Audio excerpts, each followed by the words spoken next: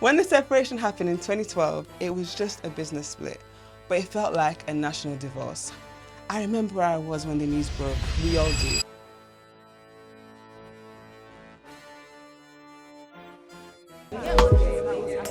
They say history is written by victors. The Nigerian music industry is not so different. Hi, it's Chelsea. Let's gather around and talk about this. The history we are speaking of today was written in a studio in London, exported back to Lagos, and stamped with a logo of Mace. Now, for the teenagers in the back who think Afrobeat started with a TikTok challenge, lean in.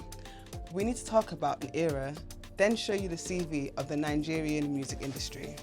Before 2004, the Nigerian music scene was a beautiful, chaotic mosaic.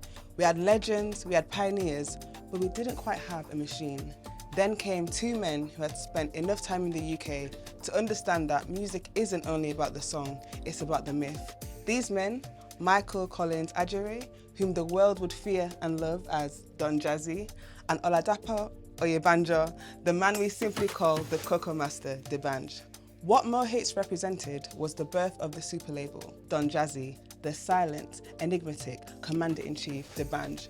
Wande Cole, Dr. Sid, The Prince, and K-Switch, they moved like a phalanx. It was psychological masterstroke borrowed from the American hip-hop playbooks of the Rockefeller and G Unit.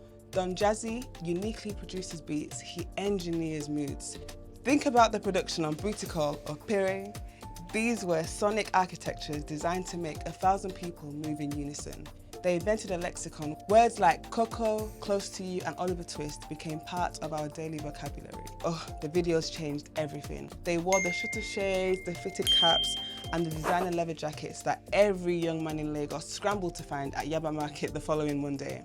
Fashion was their second language.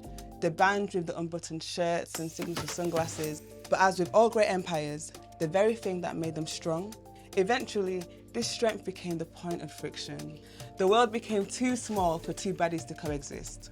When the separation happened in 2012, it was just a business split, but it felt like a national divorce. And while Don Jazzy went on to build the Mavin dynasty and D'banj took his talents to the global stage with good music, the specific magic of that collective Mace was never quite replicated. Mo Hits represented the moment Nigeria realised it didn't need to apologise for itself, the bridge between the old guard and the global explosion we see today with Burna and Wizkid. So today, we celebrate the music and the audacity of a group of boys who decided they were the best in the world until the rest of the world finally agreed with them. That's all for the Cocolets today, and welcome to Beyond the Verse.